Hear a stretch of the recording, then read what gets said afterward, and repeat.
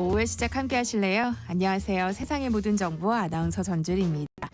중국의 인공지능 스타트업 딥시크가 개발한 AI 모델이 파장을 일으키고 있습니다. 상대적으로 적은 개발 비용으로 챗 GPT에 필적하는 고성능 제품을 내놨기 때문인데요.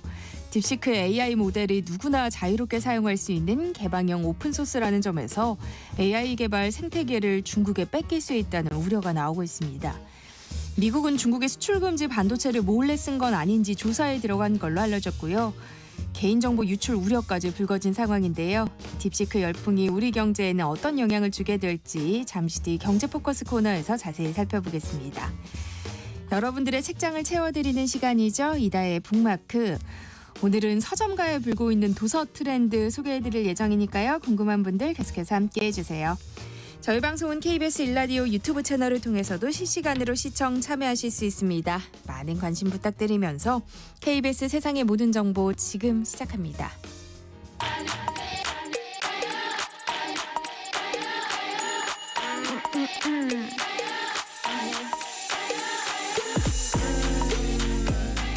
혹시 뉴스 빠뜨리셨나요? 한낮에 전해진 소식들 꼼꼼히 정리해드리겠습니다. 오늘의 뉴스 조현정 시사평론가와 함께합니다. 어서 오세요. 네, 안녕하세요. 네, 오늘 헌법재판소에선 마은혁 헌법재판관 임명 보류에 대한 위헌 여부 판단이 나올 예정이었는데요. 선고가 연기됐어요. 네, 이게 원래 국회가 3명을 재판관을 선출했었잖아요. 정계선, 조한창, 마은혁 후보자 이렇게 3명이었는데 정계선 재판관, 조한창 재판관이 임명이 됐고 마은혁 후보자 1명만 최상목 대행이 이제 여야 합의해와라 이렇게 하면서 보류를 했단 말이에요. 근데 애초에 국회 선출 몫이고 대통령이 됐든 권한대행이 됐든 이거 제가만 하는 형식이다. 그리고 또 여야가 잠정적으로 합의를 해서 그래서 국민의힘도 1명 냈고 민주당이 2명으로 낸 거니까 최상목 대행이 억지를 부린다라는 비판이 있었어요. 반면에 국민의힘 주장은 국회 의결 절차를 제대로 밟지 않았다. 여야가 합의하지 않았다라는 주장을 하고 있는 거예요. 우원식 국회의장이 이것 때문에 권한쟁의 심판을 제기한 겁니다. 그러니까 헌재가 판단해달라. 최상목 대행이 이렇게 보류하고 1명만 빼놓고 하고 있는 게 위헌인지 아닌지 헌재 보고 판단해달라 이렇게 권한쟁의 심판을 제기를 한 건데 헌재가 그럼 이걸 기각할 수도 있고 만약에 최상목 대행 결정이 위헌이라고 판단한다. 그렇게 되면 향후에 최상목 대행은 어떤 결정을 할 것인가 여기에 이목이 쏠린 건데요. 국민의힘은 아무래도 이제 권한쟁의 심판 결정이 날 때까지 여론전을 펼치는 거죠. 마은혁 후보자 뭐 국회 합의 과정도 문제가 있고 대통령 권한대행에게는 헌법을 뛰어넘어서 뭐 임명을 강요할 수는 없다. 이런 거부터 해서 마은혁 후보자 개인에 대해서도 과거에 뭐 지하혁명 조직 출신이고 한국노동당 창당에 참여했었기 때문에 재판관 맡길 수 없다. 이렇게 맹공을 퍼붓고 있는 건데요. 네. 그러니까 법조계에서는 대체로 인용 가능성이 높다는 관측이 우세했어요. 지금 그런 상황이고 최대행이 그래서 좀 억지로 이거를 보류하고 있다라고 보는 게 법조계의 대체적인 시각인데 오늘 2시에 원래 결과가 나기로 했었는데 헌재가 이걸 선고를 연기하기로 했다는 소식이 방금 전에 들어왔습니다. 왜냐하면 그 전에 앞서서 2월 1일에 최대행이 변론 재개를 요청했거든요. 그러면서 조금 브레이크가 걸린 거죠. 그래서 일주일 미루면서 10일, 오는 10일에 변론을 재개하고 선고기일은 추후 지정하기로 했습니다. 네, 최상목 대행의 거부권 행사로 내란 특검법이 또다시 국회로 돌아오게 됐는데요. 이를 두고 여야 셈법은 복잡해지고 있어요. 네, 이 내란 특검법이 원래 한 번 거부권 썼고 재표결 실패해서 다시 수정해서 낸 거였단 말이에요. 특검 후보자 추천을 야당이 아닌 대법원장이 추천하게 하고 또 외환 유치죄도 수사 대상에서 제외하고 이런 식으로 여당이 독소 조항이라고 반발했던 부분을 상당 부분 삭제했던 수정 특검 법안이었는데 도리어 힘은 더 빠지는 모습입니다. 일단 국민의힘 같은 경우에는 어떤 형태로든 뭐 독소 조항 제외해도 특검법 다루는 자체를 반대하는 거고 그런데 야당에서도 점차 시간이 갈수록 회의론이 조금씩 나오고 있는 게 먼저 그 계속된 거부권의 재표결 이것도 무한반복이란 말이에요. 여기에 의미가 있는지 이런 의문이 나오는 거고 그 다음으로는 무엇보다 윤 대통령이 재판에 넘겨졌기 때문에 이거 더 이상 특검이 필요 없지 않겠느냐 이런 무용론 이건 여야 양쪽에서 나오고 있습니다. 여당에서 그래서 이번에 그 유일하게 찬성표를 던졌었던 안철수 의원도 반대로 입장을 선회했더라고요. 안철수 의원 입장도 똑같아요. 이미 검찰이 기소했는데 이거 세금 들여서 특검 만들어가지고 또 기소하는 게 의미가 있겠느냐. 되겠느냐라는 주장이고 그러다 보니까 지난번보다 이탈표 규모는 더 줄어들 것으로 보여지고요. 민주당은 일단 말을 아끼고는 있습니다. 뭐 내부에서 회의론이 나온다고는 하지만 공식적으로는 선을 그으면서 일단 여당을 비판하고 있는 거죠. 독소조항 삭제하면 받겠다고 하더니 이제는 기소됐으면 끝이라고 말하는 게 되겠느냐라고 반발하면서 지금 뭐 계엄군이나 대통령 참모진들에 대한 수사는 제대로 되고 있는 거냐 물어보면서 검찰이 됐다고 하는 수사에 대해서도 사실은 보강 수사가 필요한 게 현실이다 이런 주장을 펴고 있어요. 그러면서도 결국에는 이게 또 무용한 그런 분위기가 가다 보니까 그럼 반복되는 재발의를 할 바에는 탄핵 심판에 먼저 주력하고 좀 나중에 제대로 된 특검법을 벼르고 벼러서 이제 추진하자 이런 주장도 나오고 있는데 민주당 현실이 지금 최상목 대행을 탄핵하기도 어려운 상황인데다가 당 지지율 관리도 급선무거든요. 그래서 때문에 이 거부권 전국만 되풀이하다 보면 피로감을 더해서 일야당으로서의 입장도 난처해질 수 있다는 게 민주당의 고민이라고 하겠습니다. 네, 오늘부터 2월 임시국회가 시작됐는데요. 역시나 이번에도 시작부터 쉽지 않아 보여요. 네, 지금까지 짚어본 대로 뭐 내란 특검법 그리고 또 뭐 헌법재판관 임명 문제 두고도 신경전이 상당한데 이번 달 임시국회에서 제일 큰 쟁점 중에 하나라고 한다면 추가 경정 예산 편성이에요. 여야 모두가 민생 살리기가 시급하다는 거엔 동의를 하지만 추경을 어떤 식으로 이끌어갈지 이건 생각이 다르고 무엇보다 주도권을 뺏길 수 없는 속내가 있는 건데요. 국민의힘은 당초에는 추경보다는 예산 조기 집행이 우선이란 입장이었어요. 그런데 이제는 여야정 협의체에서 추경 필요성을 논의해보자 하면서 입장을 바꿨습니다. 그러면서 어느 분야에 어느 정도의 추경이 왜 필요한지 논의하자 야당에게 그렇게 말하면서 주도권 잡게 나선 거죠. 근데 민주당도 추경은 계속 주장을 해왔어요. 그러면서 이재명 대표가 주장하던 민생지원금 우리가 포기해서라도 추경이 급하다라고 주장을 하고 국민의힘을 향해서는 여야정 협의체에 우리한테 참여하라고 요구하기 이전에 정부 여당 안을 추경을 하겠다는 의사부터 좀 명확하게 밝혀라. 그리고 책임 주체로서 정부 여당 방안을 제시해라. 좀 디테일한 걸 내놔라. 라는 주장인 거고요. 사실상 조기 대선 가능성을 염두에 두고 있기 때문에 여야가 좀 기싸움을 하는 것이다. 이렇게 볼 수 있겠습니다. 네, 오늘 더불어민주당 이재명 대표의 주재로 이른바 반도체 특별법 정책 토론회가 열렸죠. 네, 오늘 오전부터 국회에서 열렸는데요. 이 반도체법 토론회에서 다루는 내용 중에 맹점은 그겁니다. 반도체 연구개발, R&D 종사자 같은 경우에는 주 52시간 상한제 적용해서 예외로 해주자. 요게 골자인 건데 과거에는 이거 민주당이 반대했던 내용이에요. 네.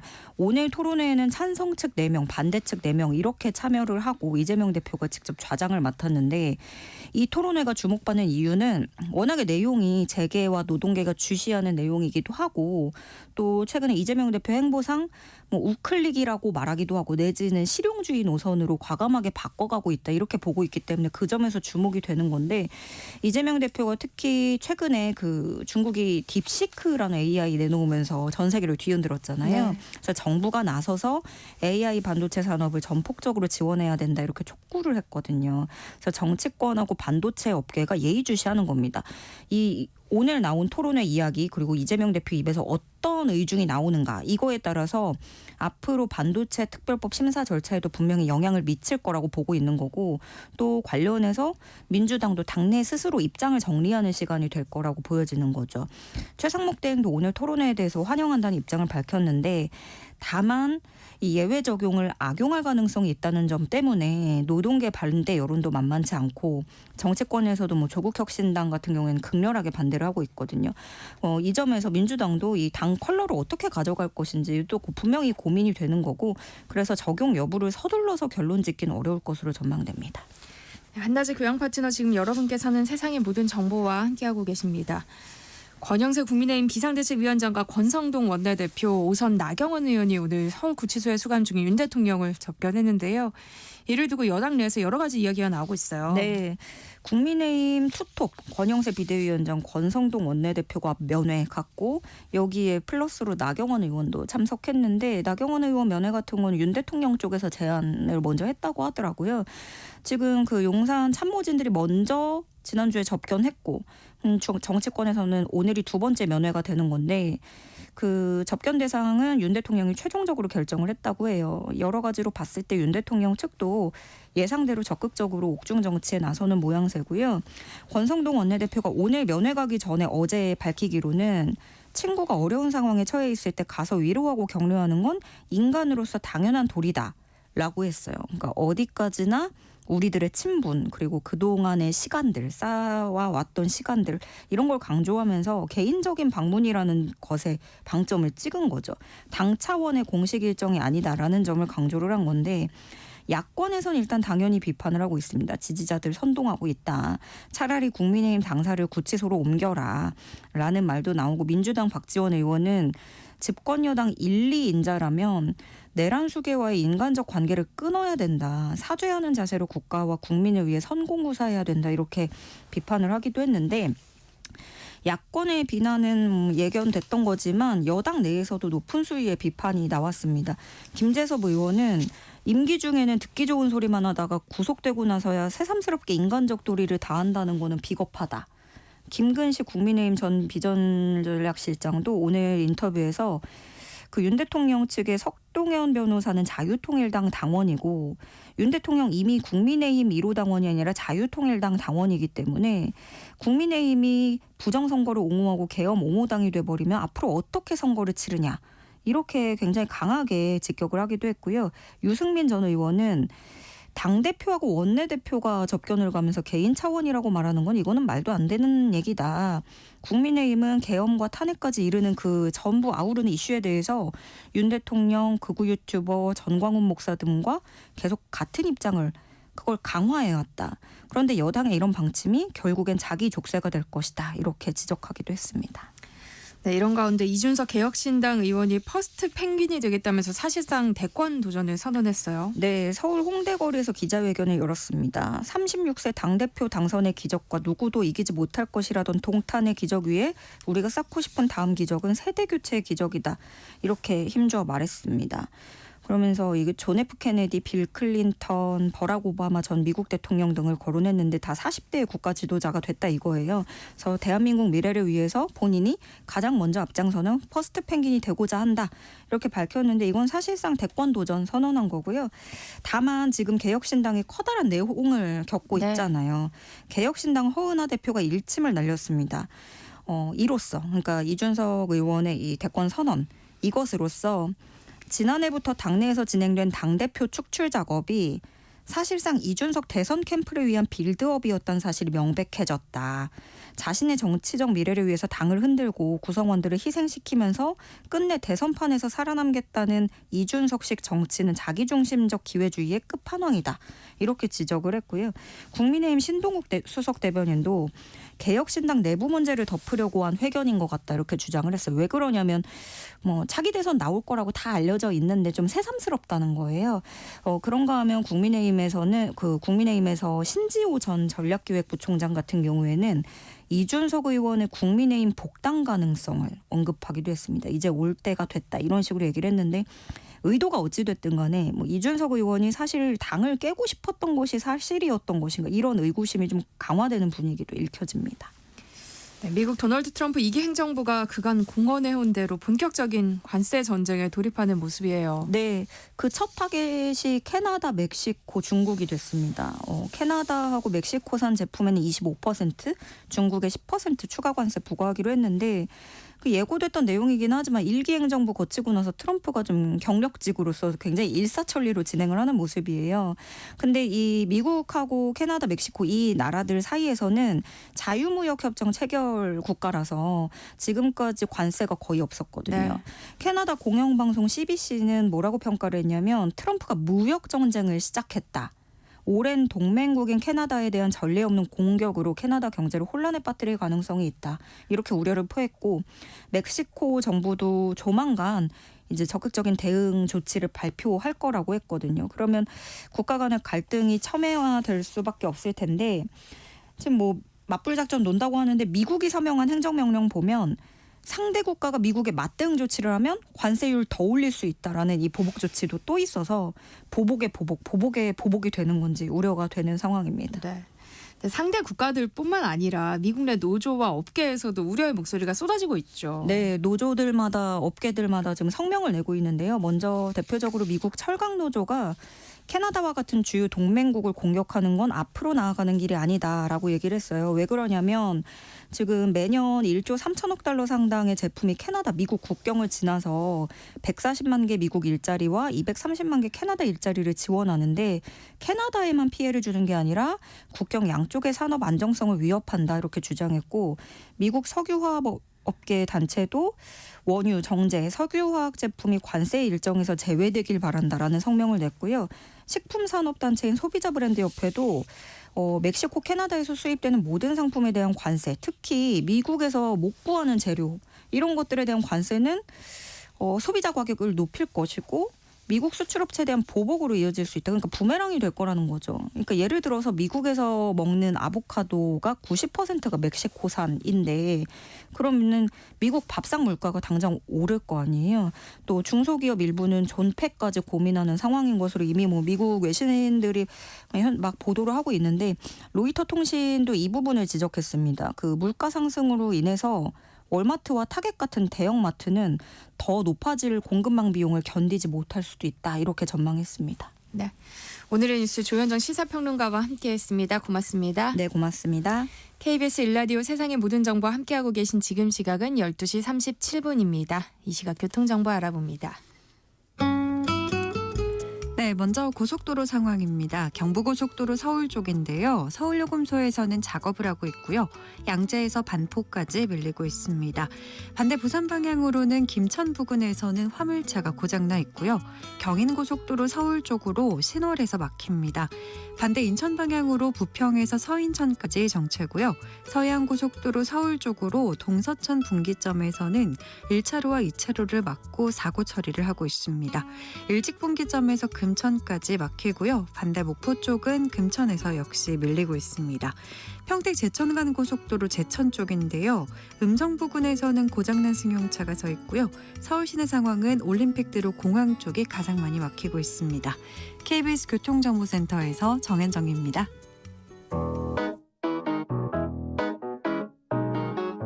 세상의 모든 정보는 청취자분들의 관심과 참여를 기다립니다. 방송 들으시면서 궁금한 점이 있거나 의견 공유하고 싶은 분들 계시면 문자 보내주세요. 추첨을 통해 모바일 쿠폰 보내드리겠습니다.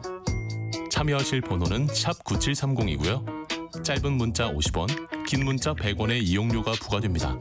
콩 게시판을 통해서는 무료로 참여하실 수 있고요. KBS 1라디오 유튜브 채널을 통해서도 실시간으로 시청 참여하실 수 있습니다. 꼭 알아야 할 정보를 알기 쉽게 전달해드리는 시간이죠. 세상의 모든 지식. 월요일은 경제 포커스 시간입니다. 오늘은 전 세계를 강타한 딥시크 열풍에 대한 이야기 나눠볼 예정인데요. 오늘부터 격주로 저희와 함께해 주실 특별한 게스트를 모셨습니다. KBS 허유진 기자와 함께하겠습니다. 어서 오세요. 안녕하세요. 반갑습니다. 앞으로 잘 부탁드려요. 네, 제가 더 잘 부탁드립니다. 네, 챗 GPT가 우리 삶에 들어온 지 얼마 되지 않은 것 같은데요. 근데 설 연휴 사이에 또 새로운 AI가 화제가 되고 있어요. 바로 딥시크인데 이게 뭔지 좀 설명해 주세요. 네, 그러니까 딥시크는 중국의 AI 스타트업 이름이거든요. 네. 전 세계 인공지능의 선두주자 오픈 AI의 챗 GPT처럼 딥시크도 생성형 AI 모델인 R1을 출시한 겁니다. 그래서 지난달 20일에 딥시크가 이 R1을 무료로 공개를 했거든요. 네. 뭐 새로운 AI 또 나올 수 있지 이렇게 하실 텐데 딥시크 쇼크라고 불릴 정도로 화제가 된 건 AI 개발 비용이 있습니다. 그러니까 딥시크는 엔비디아의 저사양 칩 그것도 2,000개만으로 이 AI 모델을 개발했고 또 학습 비용으로 557만 달러를 들였다고 밝혔거든요. 네. 이게 이제 우리 돈으로 환산하면 81억 정도인데 오픈 AI의 개발 비용은 1억 달러. 그러니까 1,400억 원 정도로 추정이 됩니다. 그러니까 대략 17분의 1 수준에 불과한 거고요. 그러니까 이제 미국 빅테크에 비해서 상대적으로 엄청 저렴한데 이제 성능은 뒤지지 않는다. 이렇게 된 것 같으니까 이제 화제가 됐습니다. 저도 써보고 싶었는데 사실 중국에서 개발했다고 하니까 개인정보 때문에 맞아요. 조금 꺼려지는 게 있어서 써보진 않았거든요. 네. 기자 혹시 직접 써보셨어요? 네, 저 궁금해서 어제 한번 이제 가입을 해서 해봤는데요. 네. 한마디로 요약하자면 가성비가 훌륭하다. 이렇게 말할 수 있을 것 같아요. 이 딥시크 공개 이후에 이제 전 세계 언론에서 이 성능을 이제 검증하기 위해서 많은 기사들을 냈을 거잖아요. 이게 이렇게 쭉 보면 괜찮다는 게 중론입니다. 네, 저도 이제 궁금해서 아까 뭐 가입을 했다고 말씀드렸는데, 네. 그러니까 오늘 이제 첫 출연을 하니까 KBS 라디오 세상의 모든 정보에 대해서 말해줘.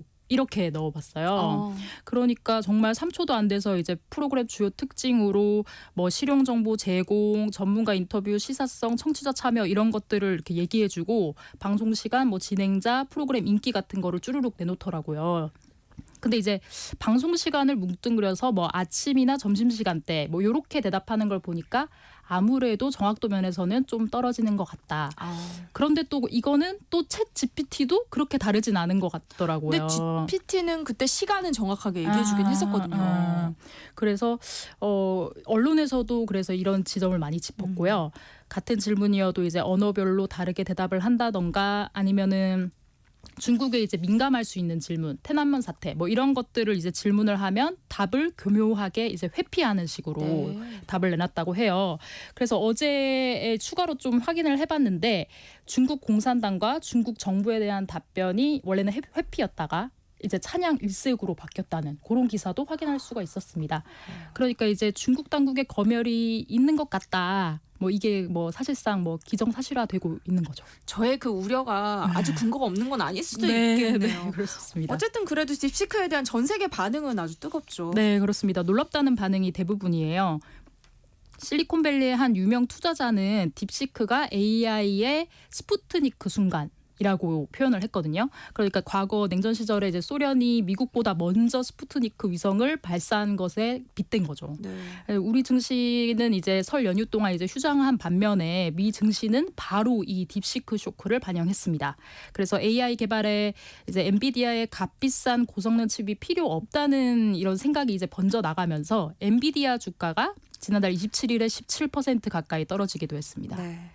근데 국내 증시에도 상당한 영향을 줬죠. 네, 이제 우리 증시에는 이제 지난달 31일 이 증시가 문을 열자마자 네. 이제 SK 하이닉스의 주가가 어떻게 될지 사람들이 관심이 되게 많았는데요. 이제 그때도 주가가 9% 넘게 떨어졌는데 오늘도 확인해 보니까 4% 내렸더라고요. 그러니까 뭐 미국이 이제 반도체 쪽에도 이제 관세를 부과하겠다는 방침을 밝힌 것도 당연히 이제 영향을 줬겠지만 네. 이제 딥시크 여파가 계속 이어지고 있다고 볼 수도 있을 것 같습니다. 반도체주가 이제 고전을 면치 못하는 상황이라고 볼 수 있고요. 이제 SK 하이닉스는 엔비디아의 그래픽 처리 장치 여기에 필요한 고대역폭 메모리라고 하는 HBM을 사실상 독점적으로 공급을 하고 있거든요. 그러니까 아무래도 엔비디아의 GPU가 그렇게 많이 필요할 것 같지 않은데 뭐 이런 우려가 들면서 연쇄적으로 SK 하이닉스의 주가까지 영향을 받게 된 거라고 보면 되겠습니다. 삼성전자도 마찬가지고요. 네, 그래서 이제 때마침 이제 지난주 금요일에 컨퍼런스 콜이 있어서 이 딥시크에 관한 뭐 질문이 나왔을 거 아니겠어요? 그런데 이제 거기서 삼성전자는 시장 내 장기적 기회 요인과 단기적 위험 요인이 공존할 것으로 예상된다. 이런 답변을 내놨습니다. 그러면서 이제 업계 동향을 주시하고 있다고도 했고요.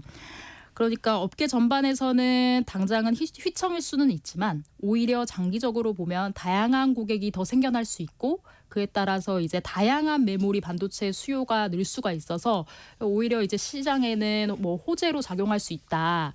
뭐 이런 살짝의 기대감도 읽힙니다. 진입 장벽이 높았던 AI 개발에 이제 저변이 확대될 거라는 긍정적 전망이 존재하는 건데요. 이 AI 개발이 저비용으로 가능하다면 국내를 포함해서 다양한 소프트웨어 업계가 이제 AI 개발이 가능해질 거니까, 네. 예, 그래서 이제 긍정적 전망이 존재를 하는 거고, 근데 이제 다만 아까 말씀하셨다시피 이 딥시크에 대해서 의문이 많이 제기되는 것도 사실이거든요. 성능과 비용에 대해서 이제 교차 검증이 필요하다는 거고요. 근데 만약에 이제 이것이 알려진 것과 사실이 다르다면 오히려 이제 미국 빅테크가 갖고 있는 AI 산업에 있어서의 독점적 지위가 오히려 더 공고해질 수 있다. 뭐 이런 우려도 존재합니다. 그러니까 딥시크가 사실 가성비 모델이라고 얘기하고 있는 건데 근데 실제 개발 비용이 또 더 높다 이런 얘기도 있더라고요. 네, 그러니까 딥시크가 밝힌 훈련 비용이 557만 달러거든요. 이건 그러니까 딥시크가 자기들이 셀프로 공개를 한 거예요. 그렇죠. 그러니까 성능이 좋다 보니까 당연히 이 비용이 진짜냐 의구심이 먼저 제기됐고요. 그래서 이제 반도체를 연구하고 컨설팅하는 업체인 세미 애널리시스라는 곳에서 이제 자료를 내놨는데 딥시크의 AI 모델 개발에 필요한 하드웨어 지출이 현재까지 투입된 비용만 5억 달러. 그러니까 우리 돈으로 약 7,300억 원인데 이것을 훌쩍 뛰어넘었을 것이다. 이런 추정을 내놓기도 했습니다. 그러니까 AI 모델 구동에 필요한 AI 칩, 서버 비용 이런 것들을 다 포함하는 그 비용이 되겠습니다. 특히 세미 애널리시스는 이제 아까 말씀드렸던 것과 같은 맥락으로 연구개발 비용과 운영, 유지 보수 이런 데 상당한 비용이 들어가고 또 훈련을 위한 합성 데이터 생성에도 엄청난 컴퓨팅 자원이 들어간다고 지적을 했습니다. 하지만 그러면서도 이 업체는 딥시크가 이런 수준의 비용과 성능을 먼저 달성한 점에서 독보적이라고 또 인정하기도 했고요. 네. 근데 또 딥시크가 학습 데이터를 확보하려고 개인 정보를 과도하게 수집했다는 우려도 나오고 있다면서요. 네. 일단 AI의 선두주자죠. 오픈 AI와 마이크로소프트가 먼저 이 딥시크가 AI 모델 훈련을 위해서 자사의 데이터를 대량으로 무단 획득했다. 이렇게 의혹을 제기한 상태입니다. 또 미 국방부와 미 하원에서도 딥시크의 사용을 금지했다는 보도가 나오기도 했거든요. 개인정보 같은 것들에 민감한 대응을 하고 있는 유럽 당국의 경우에는 좀 발빠르게 움직였어요. 딥시크 서비스를 차단하거나 아니면 사용자들에게 주의를 주는 방식으로 움직였는데요.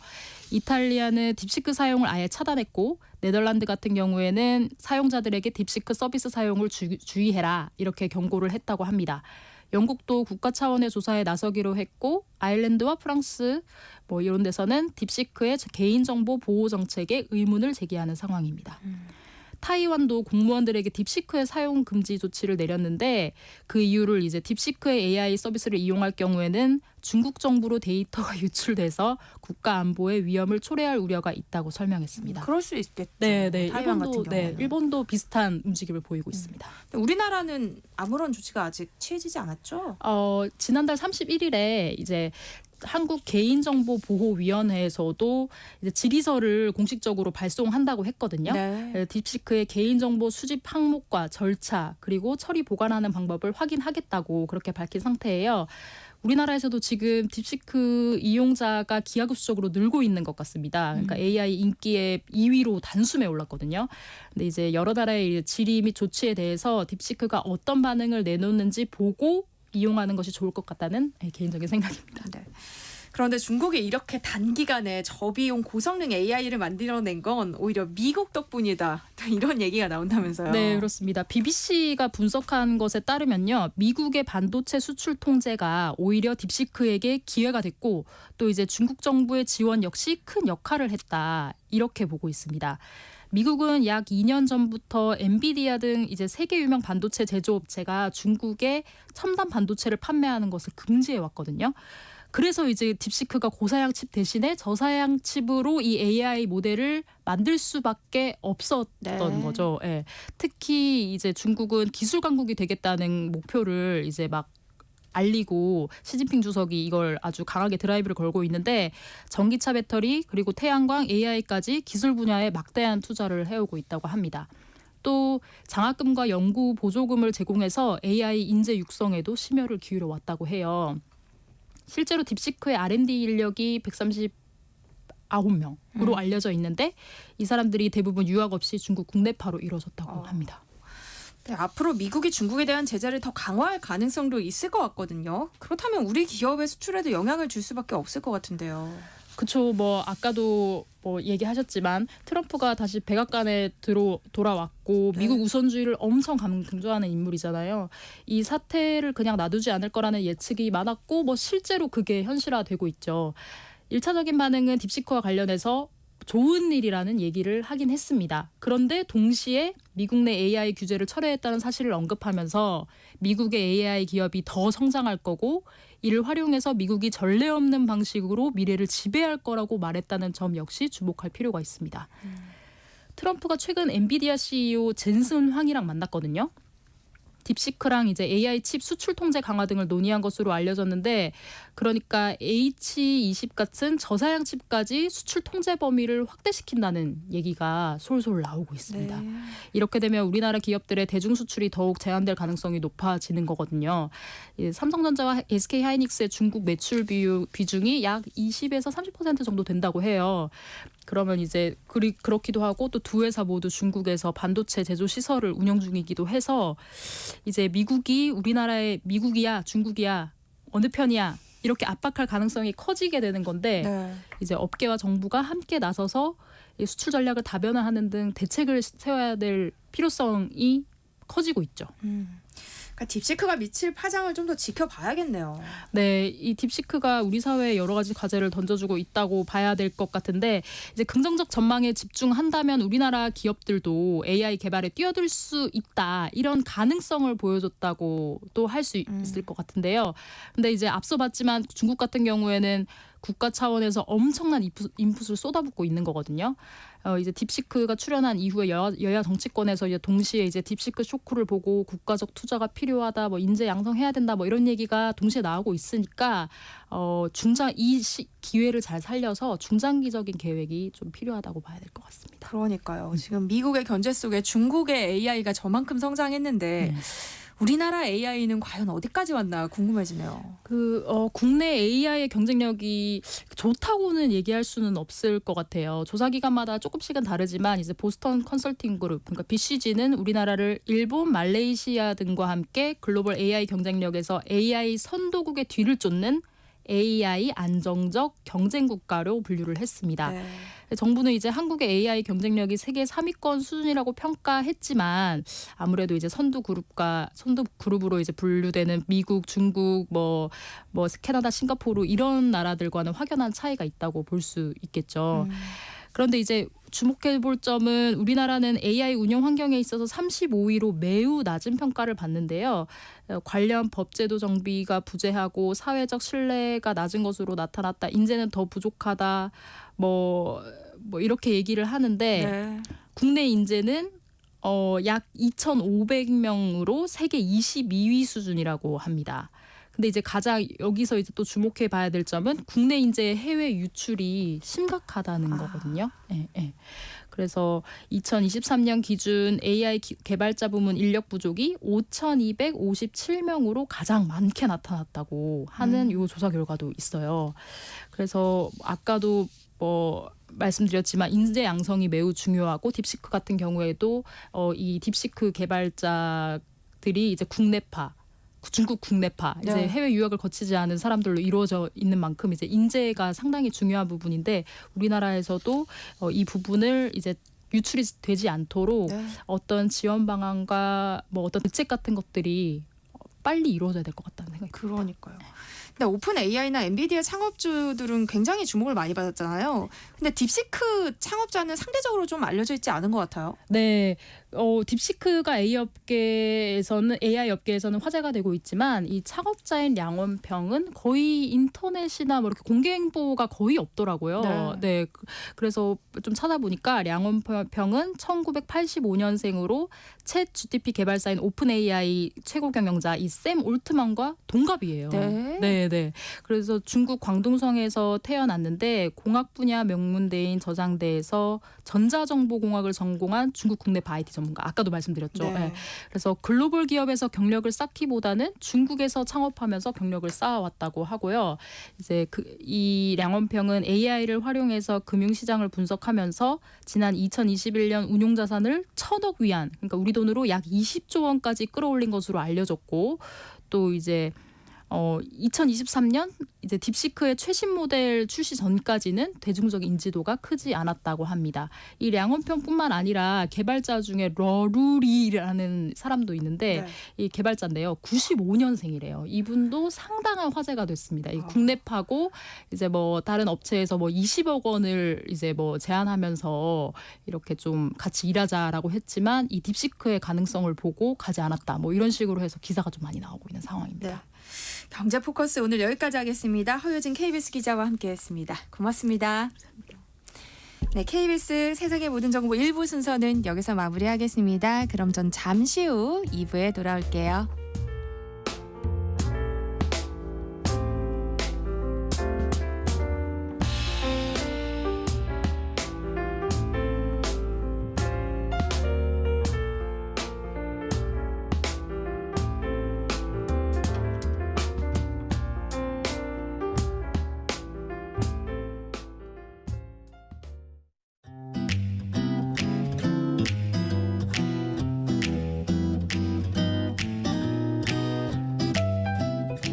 안녕하세요. 바른말 고운말입니다. 우리말 동사 중에 경원하다라는 말이 있습니다. 이것은 공경할 경자에 멀 원자를 쓰는데요. 한자의 뜻 그대로 공경하되 가까이 하지는 아니하다를 뜻합니다.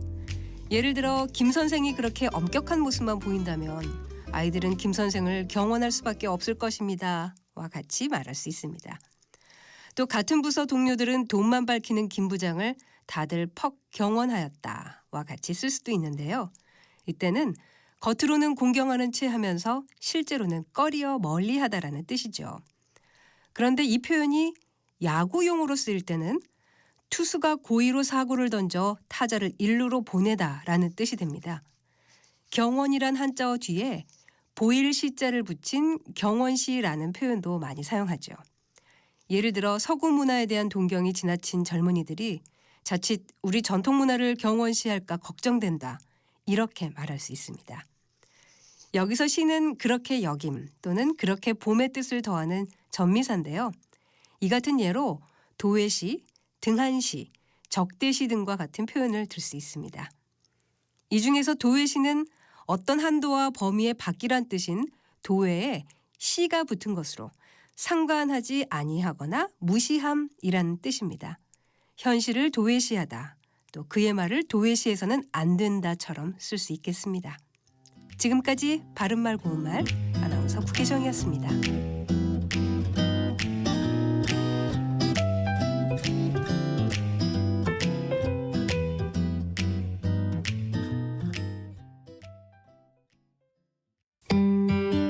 나눌수록 건강한 우리 동네 병원 이야기. 22년 3월 코로나19가 최고조에 달했던 그때 아내가 피를 흘리며 쇼크 상태에 빠졌습니다. 설상가상으로 아내를 포함한 가족 모두가 코로나 확진 판정을 받은 상황이었습니다. 응급실 뺑뺑이라는 말이 나올 정도로 확진자의 병원 이송이 어렵던 시기였지만 경상남도 권역 응급의료센터인 병원은 달랐습니다. 신속한 응급처치가 이루어졌고 덕분에 아내는 그날 저녁 무사히 집으로 돌아올 수 있었습니다. 누구나 겪을 수 있는 응급 상황, 생명이라는 가치 앞에 차별 없이 진료하는 권역 응급의료센터가 더 많아져 대한민국 어디서든 누구나 안전하게 응급진료를 받을 수 있으면 좋겠습니다. 최지성님의 지역의료 경험수기 공모 당선작을 재구성했습니다. 이 캠페인은 건강보험심사평가원과 함께합니다.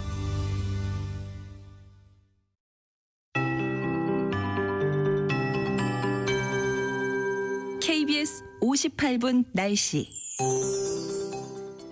절기 입춘을 맞이했지만 전국에 한파가 찾아왔습니다. 서해안과 제주도를 중심으로는 폭설도 예보돼 있어 한파와 폭설에 대비하셔야겠습니다. 북서쪽에서 찬 공기가 내려오면서 전국 대부분 지역에 한파특보가 내려졌고요. 오늘 종일 영하권에 머물겠습니다. 현재 기온 서울이 영하 2.8도, 체감온도는 영하 8도까지 내려갔습니다. 특히 내일 아침에는 서울 기온이 영하 13도, 체감온도는 무려 영하 20도까지 곤두박질하겠습니다. 주 후반까지 체감온도 영하 10도를 밑도는 강력한 추위가 이어지겠습니다. 현재 전국이 대체로 맑은 가운데 호남을 중심으로는 눈이 내리고 있습니다. 찬 공기가 서해를 지나면서 눈구름이 발달하고 있는데요.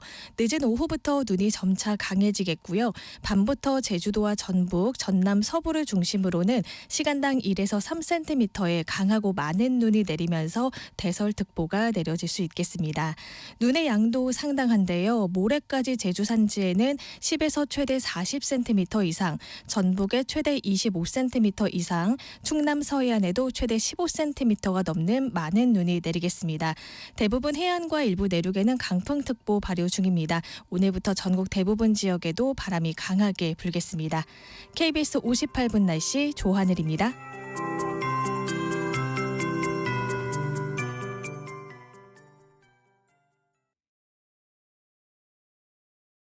정성을 다하는 국민의 방송 KBS가 한시를 알려드립니다. AM 711kHz, FM 97.3MHz, KBS 1라디오입니다. HLKA.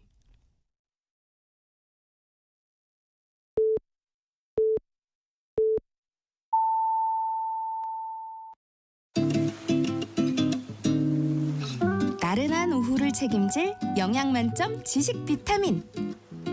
세상의 모든 정보.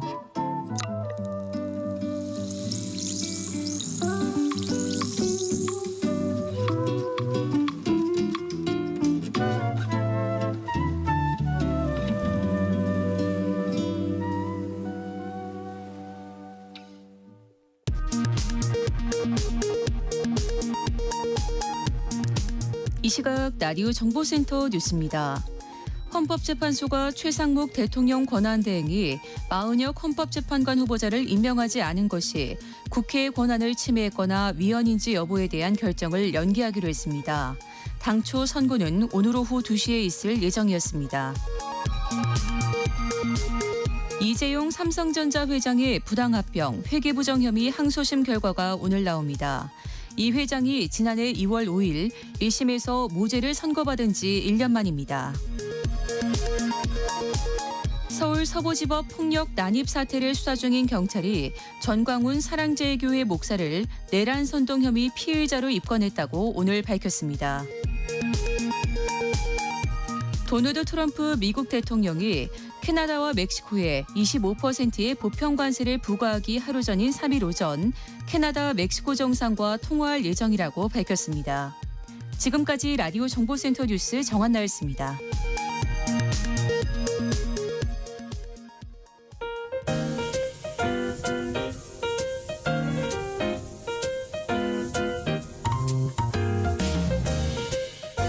정신없이 바쁜 하루, 지금 우리 주변에서 벌어지고 있는 사건, 사고 소식들 한숨 돌리며 살펴보시죠. 하프타임 뉴스 임선우 뉴스캐스터와 함께합니다. 어서 오세요. 안녕하세요. 네, 오늘이 입춘인데요. 봄은커녕 동장군이 찾아온 것 같은 날씨예요. 네, 가뜩이나 긴 연휴를 마치고 맞는 월요일 추위 때문에 유독 더 힘드셨을 텐데요. 오늘은 봄이 시작된다는 입춘이기도 하지만 5년 만에 때 아닌 입춘 한파가 들이닥쳤습니다. 오늘 아침 서울의 기온은 영하 4도, 체감 온도는 영하 10도 선까지 떨어지기도 했는데요. 보온에 꼭 신경 써주셔야겠고요. 한파 속에 일부 내륙에선 산발적으로 눈이 내리다 잦아들기도 했는데 늦은 오후부터는 서해안에 또 폭설구름이 유입되겠습니다. 또 아직 눈이 쌓인 곳이 많으니까요. 미끄러운 도로도 주의하셔야겠고요. 경기 북부와 강원 곳곳에는 한파특보가 내려진 가운데 오늘 한낮에도 서울 영하 2도 등 중서부에서는 기온이 영하권에 머물겠고요. 오늘 아침 강원과 충북 그리고 남부 일부 내륙에 약한 눈이 내렸는데 문제는 오늘 늦은 오후부터는 호남 지역에 또 눈구름이 유입된다는 겁니다. 밤에는 충남 서해안에도 눈이 확대하겠고 모레까지 충남과 호남 서해안을 중심으로 이어지겠고요. 전북에는 최고 25cm 이상, 충남 서해안과 그 밖의 호남 지역에도 최고 15cm 이상의 많은 눈이 쏟아지겠고 제주도에는 산간에 최고 40cm 이상의 폭설이 예상되고 있습니다. 폭설에 피해 없도록 시설물 점검 잘 해주셔야겠고요. 또 내일은 서울 아침 체감 온도가 영하 20도까지 떨어지는 등 입춘 한파가 절정에 달한다고 하니까요. 외출하실 때 완전 무장하고 나가시고요. 건강관리 유념하셔야겠습니다. 네, 연휴 동안에는 눈이 많이 왔는데요. 이 지역에 또 눈 예보가 있다니까 걱정이네요. 네, 설 연휴 동안 전북과 충남엔 40cm가 넘는 폭설이 쏟아지면서 농가 피해가 속출했는데요. 이번 여름 수확을 위해 새로 지은 수박 비닐하우스는 석 달 만에 무너져 내렸고요. 다음 달 당장 파종을 시작해야 하지만 꽁꽁 얼어버린 눈을 퍼낼 수가 없어 하염없이 녹기만을 기다리고 있다고 합니다. 지난해 11월 기록적인 폭설로 이미 한 차례 비닐하우스가 무너졌는데 복구를 마치자마자 설상가상 피해가 반복돼 농민들 시름이 깊다고 하고요. 음성에서는 비닐하우스 29동, 진천에는 축사와 비닐하우스 등 5곳이 피해를 봤다고 합니다. 현재까지 집계된 충북 전체 피해액은 6억 원에 달한다고 하는데요. 그나마 지난해 11월 폭설에 비하면 피해가 덜하다고는 하는데 하지만 전북과 충남의 피해가 속출하면서 식탁 물가에 영향을 미치진 않을까 우려가 나오고 있고요. 또 엎친 데 덮친 격으로 이번 주 다시 눈과 한파가 예보돼 있어 피해 복구에 어려움이 예상됩니다. 사건 사고 소식도 살펴볼까요? 지난 주말 곳곳에서 화재 사고가 잇따랐어요. 네, 주말 늦은 밤 전북 무주군 덕유산 설천봉에 있는 한옥 건물에 불이 났습니다. 목조 건물에서는 시뻘건 불길이 치솟았는데 소방대원들은 설상차와 곤돌라를 타고 현장으로 출동해 인공제설기로 불길을 잡아야 했는데요. 강한 바람까지 불어 진화에 애를 먹었다고 합니다. 불은 1시간 50분 만에 꺼졌지만 건물은 뼈대만 남고 모두 타버렸는데요. 등반객 쉼터와 등산용품 매장 등이 있던 곳인데 늦은 밤이라 등산객이 없었기에 망정이지 하마터면 큰 사고로 이어질 뻔했고요. 합동 감식에 나선 소방과 경찰은 전기 합선일 가능성이 높은 것으로 보고 있습니다. 같은 날 경기 남양주에선 신발 보관 창고에서 불이 나 무려 7시 반 만에 꺼지기도 했는데요. 다친 사람은 없었지만 창고 8개 동이 타면서 18억 원의 재산 피해가 발생했고요. 또 서울 용산에선 국립한글박물관에서 난 큰 불로 이 2개 측이 완전히 타버리는 사고가 있기도 했습니다. 불은 지하 1층, 지상 4층 규모의 박물관 3, 4층을 모두 태우고 약 7시간 만에 꺼졌다고 하는데요. 천만다행으로 휴관 중이라 인명피해는 없었다고 하고요. 보물, 월인석보 등 문화유산 소실도 없었다고 하네요.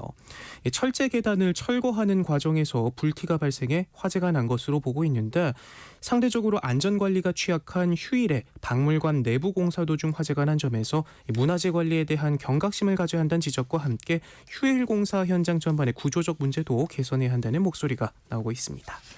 김해 국제공항에서 화재 사고가 난 에어부산 항공기의 합동 감식이 오늘 시작됐죠. 네, 합동 감식은 오늘 오전부터 이뤄졌는데요. 국토교통부 항공철도 사고조사위원회와 국립과학수사연구원, 소방과 경찰뿐 아니라 국제규정에 따라 프랑스 항공사고조사위원회 등이 함께 진행합니다. 김해공항 계류장에는 방수포로 꽁꽁 싸맨 에어부산 항공기가 화재 사고 당시 자리에 그대로 서 있는데요. 기체 주변에서는 사고조사위 관계자들이 현장 보존이 잘 이뤄지고 있는지 점검하느라 분주하고요. 합동조사반은 승객과 승무원들이 최초 발화 지점으로 지목한 동체 꼬리 쪽 선반뿐 아니라 다른 부품에는 이상이 없는지 등 모든 가능성을 열어두고 화재 원인을 조사할 방침입니다. 항공기 동체 윗부분이 대부분 소실됐고 시간이 지나면서 주말에는 비까지 내렸는데 화재 현장이 얼마나 잘 보존되었는지 여부가 원인 규명에 중요한 변수가 될 것으로 보이고요. 합동 감식 이후에는 비행 기록 장치와 음속 기록 장치 등에 대한 분석 작업과 함께 업무상 과실치상 혐의 등에 대한 경찰 수사도 본격적으로 시작될 것으로 보입니다. 네, 이번 화재의 유력 원인으로 보조 배터리가 지목되고 있는데요. 관리 규정을 강화해야 한다는 목소리가 커지고 있어요. 네, 현재 기내 선반에 있던 휴대용 보조 배터리가 화재 원인일 수 있다는 주장이 조심스럽게 꼽히고 있는데 지난달 28일 에어부산 여객기 화재 앞서 지난해 12월 12일에도 보조 배터리 발화로 추정되는 화재가 났었죠. 자신이 해당 승객이라고 밝힌 누리꾼은 SNS를 통해 허벅지에 올려둔 보조 배터리에서 시커먼 연기가 뿜어져 나왔는데 승무원이 침착하게 단 몇 초 만에 소화기로 불을 껐다 당시 상황을 적었습니다. 그러면서 지난달 28일 김해공항에서 발생한 에어부산 여객기 화재 소식에 내가 보조 배터리를 만약 선반에 올려놨었더라면 불이 나도 한참 후에나 알았을 것이다. 그 생각만으로 힘들었고 내가 다쳐 그나마 다행이다 싶었는데 충분히 나에게도 일어날 수 있었던 그날 그 사고라고 떠올리기도 했습니다. 이 같은 이유로 일각에선 기내에 반입한 보조 배터리나 전자기기를 승객이 직접 관리해야 하고 선반 등에 보강하는 것은 위험하다는 지적도 나오고 있고요. 실제로 대한항공은 지난해 5월 31일부터 항공기 이륙 전 보조 배터리는 승객이 몸에 지니도록 안내 방송을 하고 있고 에어부산 역시 비슷한 내용의 기내 방송을 2차례에 걸쳐서 한다고 설명했는데 불이 나는 등 사고가 발생했을 때 빠르게 대처할 수 있도록 당사자인 승객이 직접 가지고 있어야 한다는 취지로 보여집니다. 네. 다음 뉴스 살펴볼까요? 부당합병과 회계부정 혐의로 기소돼 1심에서 무죄를 선고받은 이재용 삼성전자 회장의 항소심 결과가 오늘 나오네요. 네, 서울고법 형사 13부는 잠시 뒤인 오후 2시 이재용 회장에 대한 2심 선고기일을 진행합니다. 이 회장은 지난 2015년 경영권 승계 목적으로 제일모직과 삼성물산 합병 과정에 개입해 제일모직 주가는 의도적으로 띄우고 삼성물산 주가는 낮춰 삼성물산 주주들에게 손해를 입힌 혐의로 기소됐습니다. 총 19개 혐의를 받고 있는데 검찰은 이 회장의 경영권 승계를 위해 삼성그룹 미래전략식 주도로 작성된 이른바 프로젝트 G 승계 계획안을 핵심 문건으로 제시했고요. 또 제일모직 자회사였던 삼성바이오로직스의 4조 5천억 원대 분식회계에 관여한 혐의도 쟁점이 됐습니다. 앞서 1심 재판부는 이 회장의 19개 혐의에 대해 모두 무죄를 선고했는데요. 이 두 회사 합병이 이 회장의 승계나 지배력 강화만을 목적으로 한다고 볼 수 없고 합병 비율이 주주들에게 손해를 끼쳤다는 증거가 없다고 판단했습니다. 즉각 항소에 나선 검찰은 항소심 재판에서 2,000개에 이르는 추가 증거와 의견서를 제출했는데요. 2심에서는 서울행정법원이 삼성바이오로직스의 분식회계를 사실상 인정하는 판결을 한 것이 변수가 될 것으로 보입니다. 검찰은 원심과 같이 징역 5년과 벌금 5억 원을 구형했고요. 이 회장은 최후 진술에서 합병 보고를 받고 두 회사에 도움이 될 것이라 생각했다며 회사 생존과 지속 가능한 성장을 담보할 방안이 무엇인지 늘 고민했고 이 사건 합병도 마찬가지라고 밝혔는데 이 회장의 운명의 날 어떤 결과가 나올지 관심이 쏠리고 있습니다. 네, 고물가 행진이 계속되면서 시민들 장보기 패턴도 달라지고 있다고요. 네, 요즘 물가 참 살벌하죠. 마트 가서 이것저것 몇 가지 담다 보면 돈 10만 원은 우습게 나오는 요즘인데요. 네. 좀처럼 잡히질 않는 물가에 먹거리부터 생활용품까지 소비자들의 장보기 패턴이 크게 달라진 것으로 나타났습니다. 구체적인 숫자부터 들여다보면요. 산업통상자원부의 2024년 연간 주요 유통업체 매출 동향 자료에는 지난해 전국 대형마트의 소비자 1인당 연간 평균 구매 단가가 49,966원으로 전년보다 0.3% 줄어든 것으로 나타났고요. 특히 월별로 보면 구매 건수와 단가가 대부분 감소했습니다. 지난해 설 명절을 앞뒀던 1월과 나들이철이 절정에 이른 4월과 5월, 여름 휴가철이 시작된 7월, 또 추석 명절이 있는 9월과 10월, 연말 대목인 12월 모두 구매 건수와 구매 단가가 함께 감소했는데요. 2023년 구매 건수와 구매 단가가 함께 감소한 달이 불과 석 달에 그쳤던 것과는 크게 대비되고 이 정도면 그렇지 않은 달을 세는 게 더 빠를 정도입니다. 기업형 슈퍼마켓도 비슷한 경향을 보였는데 고물가에 부담을 느낀 소비자들이 장보기 횟수를 줄이고 더 싼 제품을 찾아 발품을 팔았다 볼 수 있는 통계고요. 특히 먹거리를 중심으로 장바구니 물가가 크게 오른 것과 연관이 있어 보입니다. 통계청에 따르면 지난해 쌀을 포함한 전국의 곡물 물가 지수는 전년 대비 3.3% 올라 2021년 이후 가장 높은 상승률을 기록했고요. 같은 기간 채소 물가 상승률은 8.2%, 과일은 자그마치 17% 가까이를 기록해 20년 만에 가장 높았다고 하네요. 네, 고물가로 인해서 무한리필 식당을 찾는 발길도 부쩍 늘었다고요. 네, 고물가로 점심값이 치솟는 이른바 런치플레이션 때문에 무한리필 식당이 때 아닌 호황을 맞고 있습니다.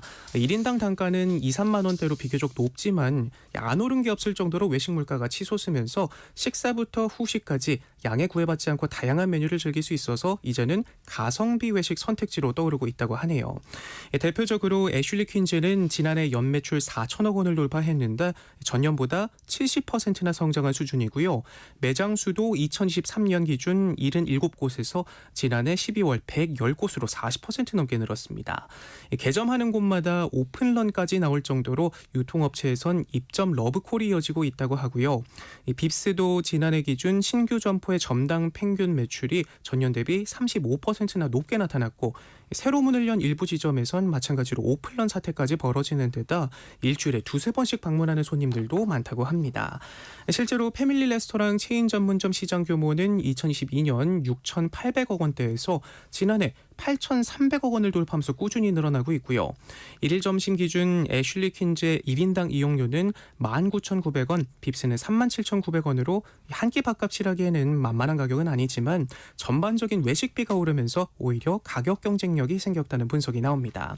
저희가 있는 여의도에서도 이 점심 한 끼 하려면 콩나물국밥 한 그릇에 10,000원이 넘는다는 걸 생각해보면 양껏 즐길 수 있는 이런 뷔페들이 경쟁력 있게 느껴질 수도 있겠네요. 네. 해외 여행 갈 때 김치 챙겨가는 분들 많은데요. 기내에 반입하려다가 보안 검색에 걸린 김치가 무려 11톤에 달한다고요. 네, 공항 이용하실 때 의도치 않았더라도 이렇게 반입이 금지된 물건이 걸려 캐리어에서 주섬주섬 꺼내놓은 경험 한 번쯤 있으실 텐데요. 지난 한 해 동안 인천공항에서 기내에 반입하려다 보안 검색에 걸린 김치가 말씀하신 것처럼 무려 11톤에 이르는 것으로 집계됐습니다. 김치 한 포기당 3kg 정도인 걸 감안하면 어림잡아도 3,500포기 정도나 되고요. 김치처럼 액체가 포함된 식품류를 기내 반입할 때에는 개별 용기당 100ml가 넘지 않는 선에서 투명한 지퍼백에 넣어야 하는데 이를 위반한 거고요. 김치는 위탁 수화물로는 용량 제한 없이 가지고 탈 수 있습니다. 그런데 이렇게 압수된 물품들 어디로 가나 늘 궁금했는데 네. 복지시설에 기증되는 등 다양한 곳에서 활용되고 있다고 하네요.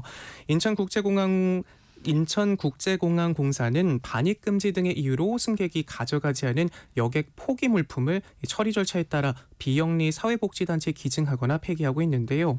김치뿐만 아니라 고추장이나 간장 같은 장류는 10.5톤, 쌀과 과일 등 기타 식품은 30톤 넘게 기부됐다고 하고요. 지난해 식품류를 기증받은 복지관 등은 이를 무료급식소 식자재로 활용 중이라고 하네요. 네. 지금까지 임선우 뉴스캐스터와 함께했습니다. 고맙습니다. 고맙습니다. 내일 점심 메뉴 추천. 귀로 듣는 푸짐한 지식 한 상 어떠세요? 세상의 모든 정보. 아나운서 전주리입니다. 청취자 여러분의 책장을 알차게 채워드리는 이다혜 북마크. 오늘은 도서 트렌드에 대해서 알아봅니다. 시내21 이다혜 기자와 함께합니다. 어서 오세요. 안녕하세요. 네. 설 연휴도 지났고 다들 한 살씩 먹었는데요. 네. 오늘은 우리 어떤 테마로 이야기해 볼까요? 신간 중에 재밌는 책이 있어서 관련한 이야기 해보면 어떨까라고 생각을 하고 있고요. 지난해 이맘때 출간되어서 화제를 모았던 책이 하나 있습니다. 네. 제목이 사랑인 줄 알았는데 부정맥이라는 제목이고요. 이 책 속편이 나왔습니다. 그래서 책 제목은 그때 뽑은 흰머리 지금 아쉬워라고 하는 책이고요. 오늘 책 2권 소개드리는데 네. 2권 다 약간 잠원집이기도 해요. 그래서 그냥 아무 페이지나 펼쳐서, 그러니까 순서대로 읽으실 필요 없고요. 네. 아무 페이지나 펼쳐서 그냥 정말 1분, 3분 이렇게 눈에 들어오는 대목 그냥 한번 후루룩 읽으시는 것만 해도 충분한 책들이기 때문에 네. 그냥 가까이 두시고 마음 내킬 때마다 이렇게 펼쳐보시기 좋은 책들입니다. 제목이 일단 너무 재밌어서요. 네. 가벼운 마음으로 읽을 수 있을 것 네네. 같은 느낌이 드는데요. 그때 뽑은 흰머리 지금 아쉬워. 사랑인 줄 알았는데 부정맥. 어떤 책이에요? 네, 이 책이 일단 실버 샌류 모음집이라고 되어 있습니다. 이 샌류라고 하는 것에 대해서 소개를 드려야 될 것 같은데요. 일본의 정형시 형식입니다. 그래서 5자, 7자, 5자 이렇게 총 17개 음으로 되어 있는 정형시 형식을 말하는 건데, 그래서 이제 일본에서는 이렇게 글자 수를 맞춰서 시를 짓는 거예요. 그런데 17자밖에 안 되니까 굉장히 짧지 않습니까? 네. 이게 보통은 뭐 계절이라든가 무슨 자연이라든가 이런 것에 빗대어서 인간의 마음을 표현하는 이런 시들이 많이 있는데, 이제 이 형식을 가져와서 어르신들, 그러니까 이제 한 환갑 넘은 분들한테 이제 나이 든다는 것에 대해서, 그다음에 뭐 이 일상에 대해서 여러 가지 글을 받아보자라고 해서 대회 같은 게 있는 거예요. 그래서 전국 유료 실버타운 협회가 주최합니다. 그러니까 주최하는 것도 실버타운 협회니까 실버타운을 이용하시는 연령대 분들이 참여하시는 거죠. 네. 그래서 뭐 한 11만 건 정도가 접수가 된대요. 그러니까 어마어마하게 많은 작품이 접수가 되고, 이제 그 중에서 공모전 이제 수상 작품들을 모아서 책으로 엮은 경우입니다. 그러니까 뭐 굉장한 수작들이 꼽혀 있다. 라고 보시면 될 것 같고요. 예를 들어서 이런 것도 있습니다. 내려갈 때 보았네, 올라갈 때 보지 못한 그 꽃. 이런 것도 있는데요. 뭐 무슨 설명이 필요 없죠. 그러니까 내려간다라고 하는 거는 어떻게 보면 나이를 먹어서 점점 쇠약해지는 어떤 연령대 자체를 말하는 것일 텐데 올라갈 때는 앞에만 보고 올라가니까 꽃이 피어 있는지도 모른다는 그럴 거예요. 여유가 없죠. 예. 그러니까 같은 길을 걷는데도 올라갈 때 못 보고 내려올 때 볼 수 있게 되었다라는 식의 깨달음을 담고 있는 이런 뭐 생류도 있어서 아마 보시면 다들 어떤 대목에선 빵 터지고 어떤 대목에선 뭉클하고 이런 생류들을 많이 보실 수 있을 것 같습니다. 그러니까 해악이 넘치는 어르신들의 네네. 이런 시세계를 만나볼 수 있는 그런 책이겠어요. 네, 그래서 이 책을 보시면 일단은 한 페이지에 한 작품이 실려 있습니다. 한 페이지에 그냥 짧은 글 하나가 네. 실려 있고 작가 이름과 나이가 실려 있습니다. 그러니까 이것도 좀 특이한 점인 거죠. 그러니까 나이가 중요한 거예요. 이거 지금 어떤 그러네요. 어르신이 하신 것인지를 알려주는 겁니다. 네, 그래서 볼게요. 네. 웃음 할아버지 76살이십니다. 저승에서는 말도 걸지 말라는 아내의 엄명. 이번 생에서 평생 당신이 말 걸어서 너무 힘들었다. 저승 가면은 말도 걸지 말아라. 이거 한국 아니면 일본에서 네, 풀리는 그렇습니다. 거죠? 다 와, 똑같다라는 걸 알 수 있죠. 신기하네요. 네. 그다음에 미야타 치즈에라고 하는 66살 작가님이십니다. 할 줄 몰라요. 가까이도 안 가요. 셀프 계산대. 이거 너무 무슨 말인지 알겠잖아요. 요즘에 아마 어딜 가나 식당이나 뭐 패스트푸드점이나 무슨 뭐 물건 사러 가도 그렇고 셀프 계산대가 굉장히 많지 않습니까? 맞아요. 근데 이게 자주 이용하는 분들은 익숙하게 사용할 수 있지만 이런 기계들이 아직 낯설고 어려운 어르신들도 많단 말이에요. 그쵸. 그래서 이런 문장이 있는가 하면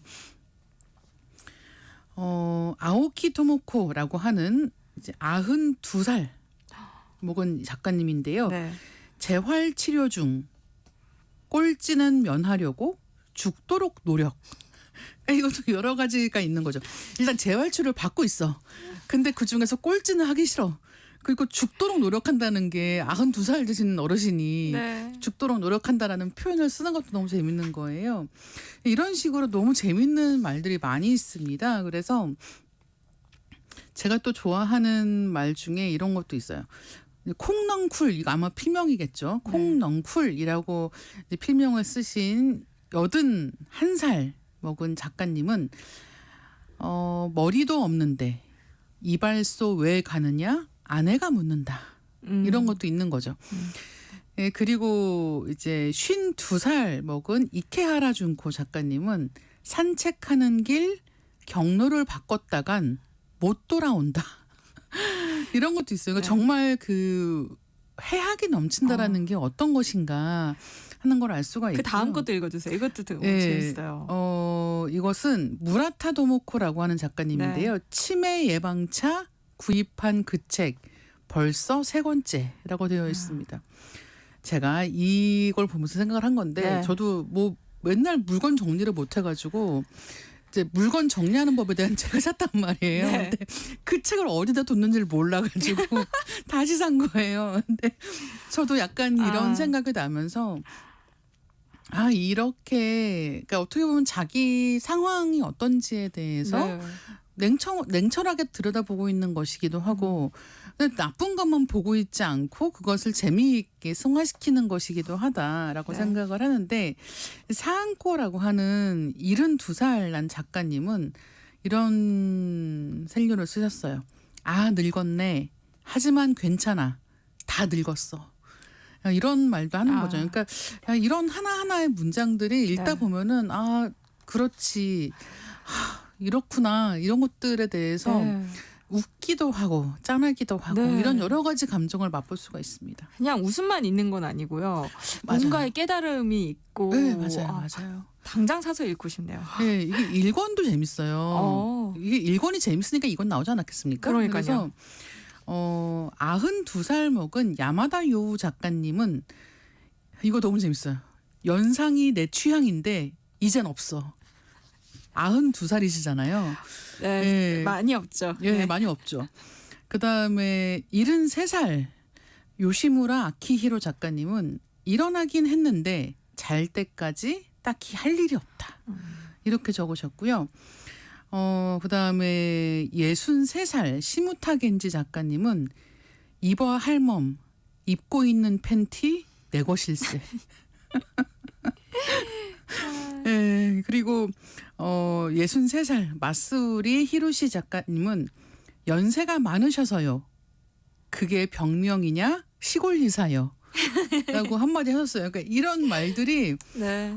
그렇지 아마 지금 방송 들으면서 그렇지 하시는 분들도 계셨고 아마 그렇구나라고 놀라시는 분들도 계실 것 같고 여러 가지 이런 한마디의 촌철살인이 주는 네. 감정이 아주 복잡하고 다채롭습니다. 진짜 재미있는 시가 너무 많네요. 네, 이 책은 비하인드도 되게 재밌더라고요. 그래서 한국 이제 출판사가 이제 일본 서점에 갔다가 이 책을 보고는 그 한국어판을 내고 싶다라고 연락을 했다는 거예요. 네. 근데 이제 이 어르신들이 다 한 명 한 명 여러 명이 이제 지은 시집이지 않습니까? 그러니까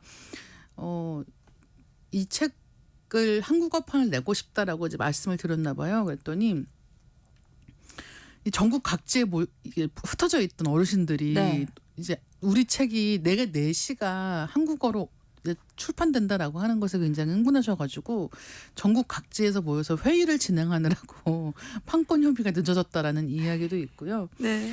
그 다음에 태어나서 처음으로 상장을 받았다라고 하면서 이제 이 시 공모전에 냈다가 수상한 것에 대해서 너무너무 감격스러워 하시면서 나중에 상장을 관에다가 같이 넣고 싶다라고 말씀하신 분도 계셨다고 합니다. 그러니까 즐겁게 살아가는 게 행복한 삶의 비결이 아닌가 하는 생각도 드네요. 이거 보면서 저도 진짜 많은 생각을 했거든요. 네. 처음에는 너무 웃겨서 좋아했었고 이거 진짜 웃기다라고 생각하면서 막 봤는데 네. 보면서 이런 삶의 자세는 누구에게나 필요한 게 아닐까라는 네. 생각이 드는 거예요. 보통은 나이 든다라는 것에 대해서 부정적인 것을 강조해서 이야기하는 경우가 굉장히 많지 않습니까? 근데 결국은 내가 지금 처해 있는 상황, 나의 상태 이런 것에 대해서 냉정하게 보고 거기에서 또 웃어 넘기고 하는 네. 것들이 우리가 매일매일을 행복하게 살아갈 수 있는 방법인 것 같다라고 생각을 하게 됐습니다. 도서 트렌드 이야기 두 번째 책은 어떤 건가요? 두 번째 책은 작년 5월에 출간이 됐거든요. 근데 이번 주에 갑자기 베스트셀러 순위에 올랐습니다. 네, 그래서 제목이 초역 부처의 말이라는 제목이고요. 걸그룹 아이브 멤버 장원영 씨가 예능 프로에 나와서 이 책 언급을 했어요. 그래가지고 맞아요. 정말 순식간에 이 책이 지금 모든 서점에서 지금 부동의 1위가 한강 작가님의 소년이 온다거든요. 네. 근데 어떤 서점에서는 소년이 온다를 밀어내고 1등이 된 것도 있습니다. 그러니까 그만큼 갑작스럽게 주목을 받으면서 지금 한 70배 정도 판매가 뛰었다고 하는데 어쨌든 초역 부처의 말이라고 하는 이 초역이라는 말부터 설명을 드려야 될 것 같아요.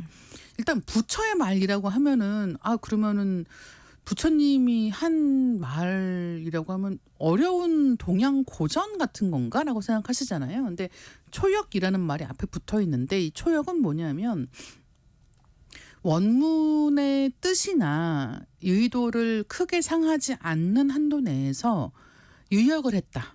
네. 라고 보시면 될 것 같아요. 그래서 아까 제가 오늘 소개드리는 책들은 약간 잠원집 같다고 말씀을 드렸잖아요. 그러니까 글이 길지가 않고 그냥 현대인들이 매일 고민하고 있는 것들에 맞춰서 부처님이 한 말을 재해석했다 정도로 생각하시면 될 것 같습니다. 네, 그래서 워낙 이제 사실 그 장원영 씨가 책을 읽고 있다라고 해서 마흔에 있는 쇼펜하우어라고 하는 책도 인기를 끌었거든요. 그랬죠. 네, 근데 쇼펜하우어도 이제 이 부처의 말 이런 것들에 대해서 관심이 많았다라고 하니까 어떻게 보면 또 일맥상통하는 그런 취향인가라고 생각을 하게 되기도 했습니다.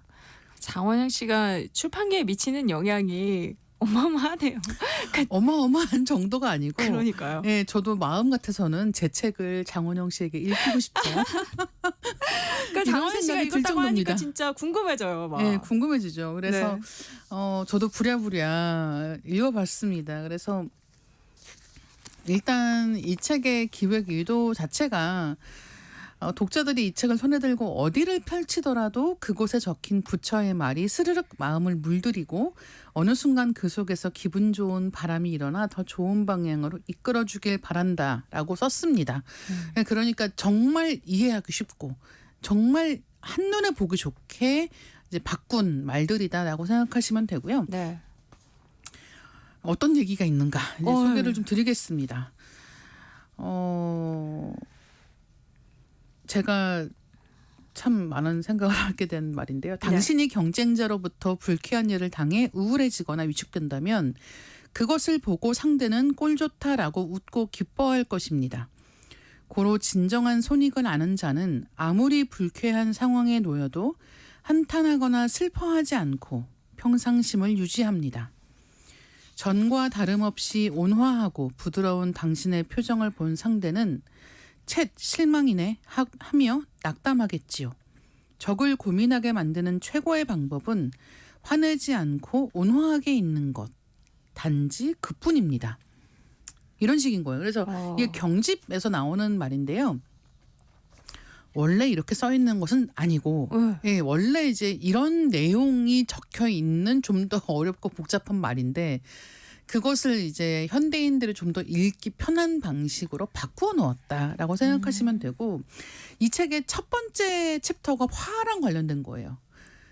현대인의 고질병, 분노 조절 장애.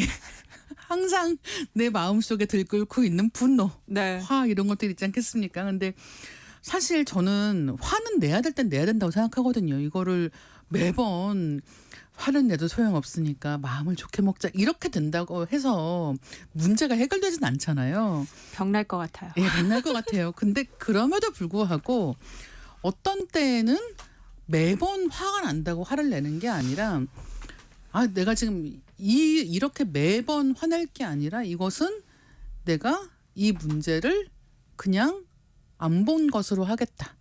이 반응은 내가 조절할 수 있다. 내가 매번 화내는 게 아니라 이 일로부터 나를 자유롭게 하겠다. 같은 식의 의지가 좀 필요한 것도 있을 텐데 이 책에서는 기본적으로는 싸우란 말을 안 해요. 예, 그래서 그럼요. 이거 부처님 책이잖아요. 그렇죠. 부처님 책이니까 싸우라는 말은 하지 않고 네. 그래서 이제 그런 점을 염두에 두시고 보셔야 된다. 왜냐하면 하도 화내지 말라고 그래가지고 읽다 보면은 아니 매사에 지금 아마 머릿속에 다들 구체적인 사람 얼굴이 떠오르지 않습니까? 아니 이렇게 화를 안 내고 말을 안 하고 그냥 넘어간다고 해서 문제가 해결되는가? 하지만 그래야 하는 경우들도 분명히 있다. 네, 그래서 이런 말도 있습니다. 지혜로운 사람은 이렇게 만족을 모르는 집착이야말로 강력한 속박이라는 것을 알고 있습니다. 그 속박은 느슨해 보여도 실은 단단하고 집요하게 얽혀 있어 벗어나기가 몹시 어렵지만 그 속박을 끊어낸 자는 이러길 원한다, 저러길 원한다는 욕망에서 자유롭습니다. 사실 이거는 현대인들이 흔히 얘기하는 풀 소유해야 행복한 것 같은 기분을 느끼는 경우가 많은데 여기서는 이제 이런 집착으로부터 벗어나라라는 식의 이야기를 하고 있고요. 법구경에 있는 말씀을 이제 좀 더 이해하기 쉽게 풀어낸 그런 문장입니다. 그래서 읽다 보면은 사실 저도 읽다가 이건 너무 좋다라고 생각하는 구절들이 좀 있었거든요. 그러니까 우리가 너무나 많은 욕심에 휘둘리고 있는데 문제는 뭐냐면 그 욕심이 내 것이면 그나마 괜찮아요. 근데 사실 많은 경우에 내 것이 아닌 욕심에 그냥 휩쓸려 다니는 경우가 많거든요. 남들이 해야 한다고 하니까 남들이 좋다고 하니까 거기에 그냥 휘둘리다 보면은 어느 순간 나는 이룬 것도 없고 가진 것도 없고 그 마음은 허하고 이런 경우들이 흔히 있는데 이제 그런 때 중심을 잡는 말이라고 하는 게 가득하게 있다. 또 한편으로는 이걸 읽다 보면은 아니 지금 장원영 씨가 이제 나이가 이제 막 성인이 됐지 않습니까? 근데 이렇게 세상을 달관한 것 같은 말들을 보면서 마인드 컨트롤을 하는 것인가라는 생각이 들기도 그래서 해서 원형적 사고가 생기나 봐요. 그런가 봐요. 네, 그래서 럭키비키가 따로 있는 게 아니다라고 생각하시고 보시면 좋을 것 같습니다. 네.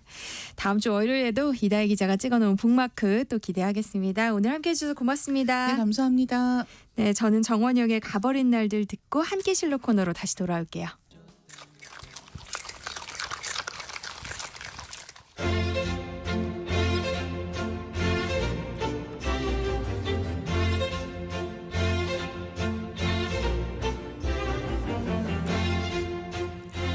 점심 식사 하셨나요? 오늘 먹은 점심 한 끼, 그 안에 담긴 구구절절한 역사까지 맛보고 가시죠. 흥미진진한 음식 역사 한 끼실로 이용재 음식평론가와 함께합니다. 어서 오세요. 네, 안녕하세요. 음식평론가 이용재입니다. 반갑습니다. 네, 오늘은 어떤 얘기 해볼까요? 네, 지난 시간에 설 선물로 많이 받는 스팸 통조림 이야기를 했는데요. 스팸만큼이나 인기가 있어서 통조림계의 양대 산맥이라고 할 수 있는 참치캔 이야기를 좀 해볼까 합니다. 스팸과 마찬가지로 낯설었지만 1982년 등장해 한식에 잘 맞아 퍼지면서 이제 안 먹을 수 없는 식재료로 40여 년간 자리를 굳건히 잡았습니다. 비교해 보았을 때 스팸은 그냥 먹지만 이제 참치 통조림은 찌개부터 김밥, 전 등 한국 음식에 좀 더 폭 넓고 깊게 스며들었다는 점에서 어찌 보면 더 중요한 식재료라고 할 수 있겠습니다. 우리가 그냥 참치라고 부르고는 있지만 이 참치가 꽤 다양한 어종으로 나뉜다면서요. 네, 그렇습니다. 우리가 뭉뚱그려서 참치라고 부르는 물고기는 분류상 농어목, 고등어과 다랑어 속에 속합니다. 그러니까 원래는 다랑어가 표준 명칭인데요. 국내에서 이렇게 참치라고 불리고 있는 현실이죠. 그렇다면 왜 다랑어가 참치가 되었을까요? 몇 가지 설이 있기는 합니다만 이게 좀 길어서 다 말씀드리긴 좀 무리가 있고요. 요약을 해서 말씀을 드리자면 1982년 처음으로 통조림을 출시할 때 입에 잘 붙는 단어를 고민하다가 참치라는 단어가 나온 것 같습니다. 뒤에 치는 항상 그 고급 생선을 가리키는 단어이기도 하고요. 네. 또 참치라는 단어가 두 음절이라서 다랑어에 비해서 짧고 기억하기도 쉽고 그렇죠. 그러니까 참치 캔이랑 우리가 횟감으로 먹는 참치랑 이 맛이 다른 것도 그럼 어종 차이에서 온 거예요? 네, 이렇게 참치가 되어버린 다랑어를 살펴보자면 사실 참다랑어부터 가다랑어까지 또 다양한 종류가 있습니다. 그래서 한마디로 그 다랑어가 클수록 살도 맛있지만 지방 함유량도 많아서 이제 전체적으로 더 맛이 있는 생선인 거죠. 네. 말하자면 그 우리가 먹는 쇠고기 같은 네발 짐승의 붉은 고기 혹은 그 이상으로 맛있기 때문에 회로 먹기에 좋습니다. 이제 그런 다랑어들을 쭉 살펴보면요. 참다랑어가 가장 귀하고 맛있고요. 그 다음으로 눈다랑어가 있습니다. 가치로 치자면 참다랑어가 눈다랑어보다 3배 이상 비싸고요. 네. 뭐 올해도 뉴스가 나왔습니다만 일본의 어시장에서 270kg짜리 대형 거대한 참다랑어가 거의 20억에 가까운 가격으로 팔렸다고 합니다. 이때 등장하는 게 바로 참다랑어죠.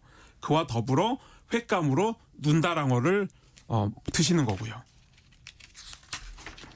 그리고 이제 나머지인 그 뒤따라오는 가다랑어나 황다랑어, 날개 다랑어들은 통조림을 만드는데요. 우리가 먹는 그 참치 통조림은 거의 전부가 가다랑어입니다. 네. 그리고 여기서 끝나는 게 아니고요. 또 참치라고 불리는 그 생선 중에서는 새치도 있습니다. 이게 주둥이가 굉장히 뾰족해서 금방 구분이 가는 새치 또한 이제 우리가 회로 드실 수 있는데요. 다랑어에 비해서 그 살 색깔이 붉지 않고 붉은색이 아니고 약간 분홍색을 띠고 있기 때문에 역시 금방 구분하실 수 있습니다. 맛은 뭐 참다랑어에 비할 바는 아니죠. 해외에서도 참치캔 많이 먹는 걸로 아는데요. 해외에서 파는 참치캔과 국내산 참치캔의 맛에 차이가 있어요? 아무래도 참치는 이제 등푸른 생선이면서 완전히 익혔을 때 비린내가 나지 않고 동물의 고기 같은 느낌이 있어서요. 단백질 자원으로 많이 먹고 있습니다.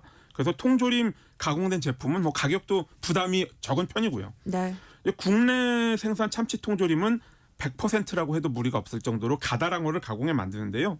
해외 제품 가운데서는 종종 그 위급에 있는 황다랑어나 날개다랑어로도 만든 제품이 있긴 있습니다. 근데 맛은 제가 골고루 먹어본 결과 국산 가다랑어 통조림의 맛이 딱히 뒤지지 않는다라고 말씀을 드리면 딱 적합하지 않을까 생각을 합니다.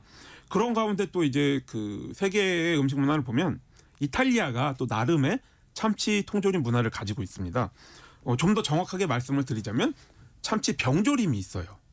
근데 그 기름을 그러니까 이탈리아 워낙 올리브 기름이 유명하지 않습니까? 네. 그 올리브 기름에 재운 그 참치 병조림이 있습니다. 근데 이게 사실 국내 수입이 돼 있어요. 그래서 맛을 보실 수 있는데 통조림도 있고요. 황다랑어 같은 좀 더 고급 어종으로 만들어서 뭐 우리 참치 통조림보다 2-3배 이상 비쌉니다. 그래서 가격이 야, 이 정도면 쇠고기도 먹을 수 있지 않냐라는 그 기분이 들 정도로 높은데 그래도 궁금하신 분들은 한 번쯤 맛보시는 것도 좋다고 생각합니다. 그러니까 2-3배 비싼 해외 제품은 참치 그 어종 가운데 좀 고급 어종으로 만들어지는 거고 우리가 먹는 국내산 참치캔은 상대적으로 좀 저렴한 가다랑으로 만들었다는 이야기잖아요. 그러면 영양분에도 좀 차이가 있는 거예요?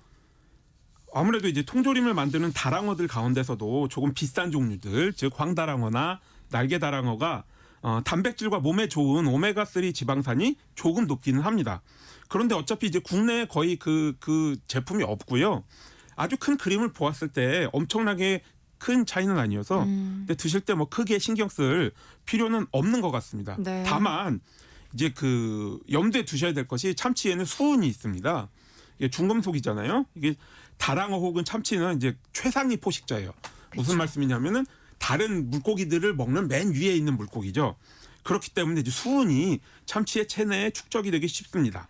이제 비단 이제 뭐 그 통조림 가다랑어뿐만이 아니라 회로 먹는 뭐 참다랑어, 눈다랑어도 예외가 아니죠.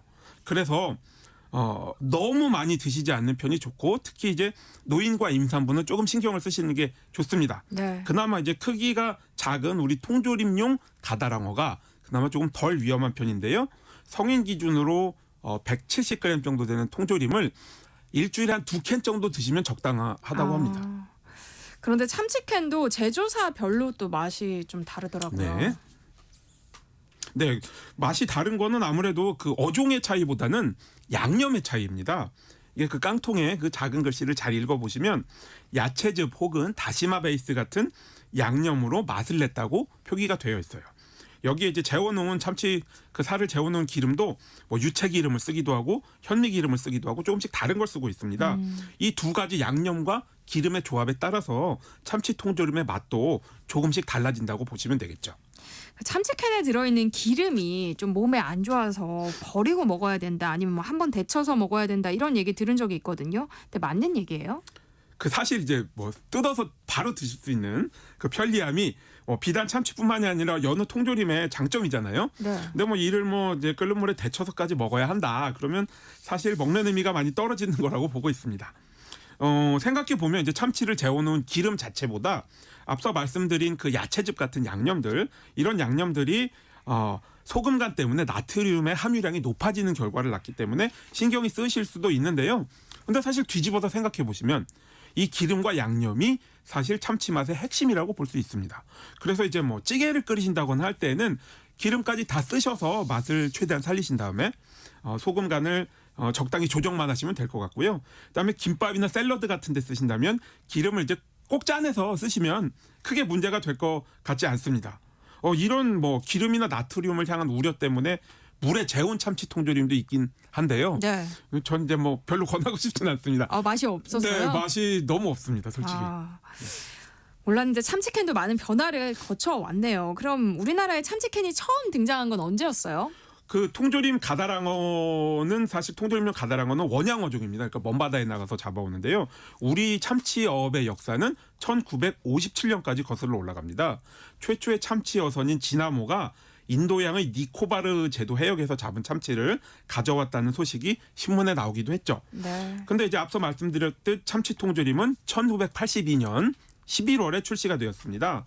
개발은 사실 1977년부터 수산청 즉 현재의 해양수산부가 시작을 했는데요. 이게 사연이 좀 있습니다. 원래 이제 국내 원양어선이 황다랑어를 잡아서 일본에 수출을 많이 했어요. 우리는 안 먹었고요. 근데 이제 그 결과 일본의 조업시장 규모가 작아집니다. 그러니까 일본이 이제 자국 산업을 보호하기 위해서 참치를 수입하지 않겠다고 했죠. 네. 그러니까 시장이 없어진 건데 우리는 잡으니까 야 이것을 우리가 먹어야 되겠다. 해서 통조림의 국산화를 시도해서 오늘날까지 온 겁니다. 그럼 초창기에는 참치캔을 사서 한 번에 다 먹는 건 일종의 사치였겠어요. 그렇죠. 이제 1982년이 마침 제가 초등학교에 입학했던 해인데요. 기록을 찾아보니까 당시 200g 참치 한 캔이 1,000원이었습니다. 근데 비교를 해보시자면 짜장면이 600원, 라면이 120원이었으니까 저렴한 식품은 아니었죠. 네. 그래서 이제 참치 통조림을 나름 중상류층의 새로운 먹을거리로 홍보를 해서 틈새를 파고 들어와 자리를 잡았죠. 그럼 고급 식품이었던 참치캔이 어떻게 김치찌개와 같은 서민 음식이랑 결합하게 된 거예요? 좀 우리나라는 잘 보면 음식으로 계층이 엄청나게 갈린다고 보긴 어렵습니다. 재료의 차이가 있을 수도 있지만 김치찌개를 뭐 서민만 먹는다거나 하진 않죠. 제 어릴 때의 기억을 더듬어 보면 참치 통조림은 전략을 아주 잘 세웠습니다. 한식에 어떻게 하면 이 참치가 자연스럽게 녹아들 수 있을지 고민을 많이 했던 기억이 나요. 네. 그러니까 예를 들면 이제 제가 말씀드린 김치찌개도 참치로 끓이면 조금 색다른 맛이 나면서 또 훌륭한 음식이 되잖아요. 근데 이제 당시에 기억을 해보면 감자를 넣고 끓이는 참치찌개가 새로운 메뉴로 이제 제안을 받은 겁니다. 소비자들한테. 그러면서 이제 고추장을 넣고 이제 걸쭉하게 끓이는 찌개랑은 조금 다른데 또 거기에다가 감자와 참치가 잘 어울린다는 점을 활용한 거죠. 그리고 또 참치전도 있습니다. 이거를 이제 슈퍼마켓에서 만들어서 시식을 하면서 통조림을 팔았어요. 아무래도 이제 뭐 우리 주부들이 매 끼니 반찬 걱정이 크잖아요. 그렇죠. 근데 이제 새로운 식재료와 이것을 먹을 수 있는 방법까지 알려주니까 새로운 가능성으로 다가간 겁니다. 그래서 이러한 레시피들을 묶어서 작은 책자를 준다거나 어린이용 책받침을 나눠준다거나 그래서 상당한 노력을 통해서 오늘날의 위상으로 자리를 잡은 거죠. 그런데요. 굉장한 노력으로 참치캔이 국민 통조림으로 자리를 잡았네요. 근데 참치캔이 인기가 많아지면서 바다 생태계에 문제가 생기기도 했다면서요. 네, 기본적으로 이제 그 통조림을 만드는 가다랑어 이런 종류들은 아직 존립 자체가 위기에 빠진 수준은 아닙니다. 다만 이제 어획 방식에 문제가 있죠. 대부분의 다랑어 낚시가 그물을 통해서 이루어지는데요. 한마디로 뭐 운동장만한 넓고 깊은 그물을 쳐서 잡습니다. 그럼 이제 뭐 참치만 잡히는 게 아니라 그 안에 걸리는 모든 동물, 해양 동물들이 잡히는 거죠. 네. 그렇기 때문에 뭐 고래라든지 돌고래라든지 심지어 거북이 이런 것들이 같이 잡혀서 죽어버립니다. 그래서 이러한 문제를 남획 혹은 혼획이라고 하는데요. 네. 한마디로 다랑어만 골라 잡지 않는 이상 해결하기가 굉장히 어렵죠. 그래서 오죽하면 이제 그 외국의 참치캔에는 돌핀 프리라고 해서 돌고래를 해치지 않았다. 이런 인증 딱지가 붙어 있는 참치가 유통이 되는데요. 이거는 이제 그 그물이 아니고 낚시로만 다랑어를 잡을 때 가능한 인증입니다. 그럼 회로 즐겨 먹는 참다랑어류는 어때요? 이 참다랑어류는 또 사정이 다릅니다. 이제 우리도 좋아하지만 옆나라 일본이 참치회를 엄청나게 많이 먹죠. 그래서 그들이 많이 잡았기 때문에 상당히 고갈됐습니다. 그러니까 이제 뭐 한 마리에 20억씩 팔리는 현상이 벌어지는 거죠. 먹이사슬 균형 문제가 있어서 단순히 참치 어종만 멸종될 수 있다. 뭐 이 문제만은 아니겠네요. 네, 어디나 이제 생태계는 다 연결되어 있는 것이니까 한 어종에서 문제가 생기면 다른 어종들도 다 영향을 받겠죠. 특히 이제 다랑어는 최상위 포식자이기 때문에 이들의 개체수가 적어지면 하위 어종들의 균형도 깨질 것입니다.